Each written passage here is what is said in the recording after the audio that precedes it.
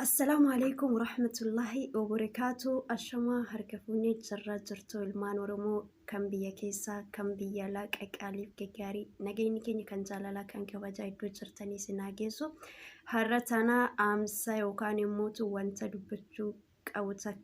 دبتشوك أبو تجرا إيشان دبدا إسنس نوالين ترتيغاري غدا سننجرا mootummaan Itoophiyaa sodaachisaa fi doorsisaa ilmaan Oromoo irratti oofaa jiru kana akka nurraa dhaabu jenna. Jawaar Mohaammed jechuun ija uummata Oromoo, gurra uummata Oromoo kan eenyuyyuu hamilee isaa cabsuu hin dandeenye jechuudha. Oromoo biliyoona 50 kan addunyaa kanarra jiran Jawaariin tokko waliin jiran malee warra asirra jiru hunda waliinuu akka hin jirre bareechanii beekuu qabu. Poolisii federaalaa ta'e Abiyyi Ahmedii ta'e abbaa barbaade haa ta'u abbaa barbaade yoo ta'e jechuudha.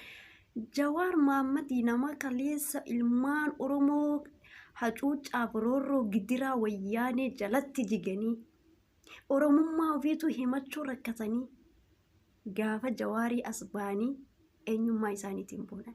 Jawaar hadhas burus wallaahi ifaa jeenurraa qaba. Jawaar borus hadhas oolmaa guddaa nurraa qaba. Gadheen har'a biyya alaatii galtee maallaqaan bitamtee silaa har'a osoo fayyaa qabdu, osoo miila qabdu, osoo harka qabdu, osoo lukaa qabdu kan dalagattee of jijjiiruu dandeessu martisi biyyatti galtee maallaqa OPDOtiin bitamtee har'a liivii irratti gadi baatee Jawaariin irratti tuulti. Wallaahi aniin dubartii tuni jechuudha.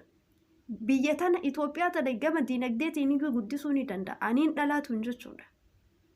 Maalidha biyya kiyya sanii yoo yaade dantaa garaa kiyyaati yaaduu baadhee biyya kiyya sanii yoo yaade waan barbaade guddisuu danda'a.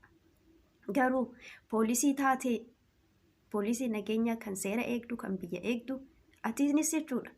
Galata lamaan dagatiin kaleessa Oromoo maal keessa akka ture har'a maal keessa akka jiru namu beekuu qabden. Jawaariin isin har'a doorsistan kun, Jawaariin isin har'a quba itti qabdan kun, Jawaariin isin har'a hidhuuf halkanii guyyaa maraattan tun ija teenna tanaaf ija tana. Iji isa malee iji kenna lafa nu arguu hin dandeessu. Doorsisaa Jawaarii kan roorroo Jawaariin roorristan kana lafa gadi ka'a. Gaafa isaan dhuftan Jawaariin qofaa miti hunda keenya itti isaan walitti nu qabaati isa wajjin nu hidha yookaan isa wajjin nu fixa. Jawaariin hiitanii Itoophiyaa bilisoomsinoo jettani abadan isiniif hin milkooftu. Takkaa Itoophiyaa diigama takkaa duutu dhumata. Jawaariif hajee guddaa nurraa qaba. Warri isa bira jiru warri isa waliin isa bira ture seenaa isaa haa dubbatu. Jawaar nama kalee nuuf hirriba dhabee nama kalee harmee Oromiyaadhaaf hirriba dhabee dhiiga haadha gootaa imimmaa haadha gootaa fayyisee dhiiga ilmaan Oromoorraa qoorsisanidha. Jawaar hadhallee galata qaba. Afaan kamiin yeroo hunda Jawaar jettu. Ija kamiin Jawaariin ilaaltu. Jawaar jagdaa bar dhiira. Isin bilziqinnaan hundi keessa osoo walitti isin cammaqanii bakka tokko osoo isin laranii wallaahi Jawaariin hin geettani. Doorsisaa Jawaarii kana dhiisi Abiyyi Ahmad jechuudha. Abiyyi Ahmad doorsisaa Jawaarii dhiisi. Jawaar oolmaa guddaa qaba. Galata guddaa qaba. Poolisiin atiin har'a isaan ittiin doorsistu tunis atis ka har'a maasaraa Minilikii keessa teettee aarsaa nutu kafalee miseensa kenna qabsoo asiin geettu hin kijibin.